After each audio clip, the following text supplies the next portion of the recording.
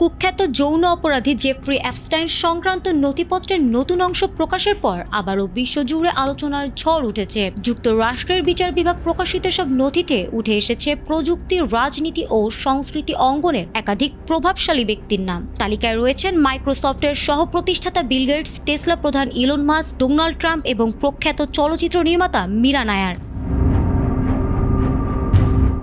ভারতীয় সংবাদ মাধ্যমের এক প্রতিবেদনে বলা হয়েছে, সদ্য প্রকাশিত নথিগুলোর মধ্যে এপস্টাইনের নিজের লেখা বেশ কয়েকটি খসড়া ইমেল পাওয়া গেছে। সেসব ইমেইলে বিল গেটসকে ঘিরে গুরুতর অভিযোগের দাবি করা হয়েছে। সেখানে উল্লেখ করা হয়েছে, রুশ তরুণীদের সঙ্গে সম্পর্কের পর বিল গেটস যৌনবাহিত রোগে আক্রান্ত হয়েছিলেন।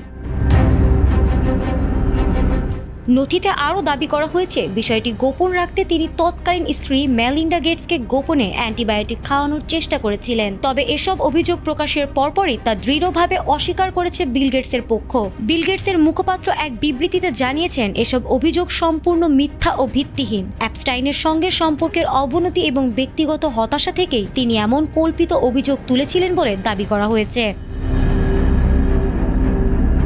প্রকাশিত নথিতে আরও দাবি করা হয়েছে, 2009 সালে নিজের সিনেমা অ্যামেলিয়ার প্রচারের সময় দণ্ডিত যৌন অপরাধী গিসলাইন ম্যাক্সওয়েল আয়োজিত একটি নৈশভোজে অংশ নিয়েছিলেন চলচ্চিত্র নির্মাতা মীরা নায়ার। এছাড়া ফাইলের টেসলা প্রধান ইলন মাস্কের নামও উল্লেখ করা হয়েছে। শুক্রবার যুক্তরাষ্ট্রের বিচার বিভাগ এপস্টাইন সংক্রান্ত প্রায় 30 লাখ পৃষ্ঠার নথি প্রকাশ করে, যার মধ্যে রয়েছে প্রায় 2000 ভিডিও ও 1,80,000 ছবি। এর আগে প্রকাশিত নথিতে সাবেক মার্কিন প্রেসিডেন্ট বিল ক্লিন্টন ও ডোনাল্ড ট্রাম্পের সঙ্গে এপস্টাইনের যোগাযোগের তথ্য সামনে আসে।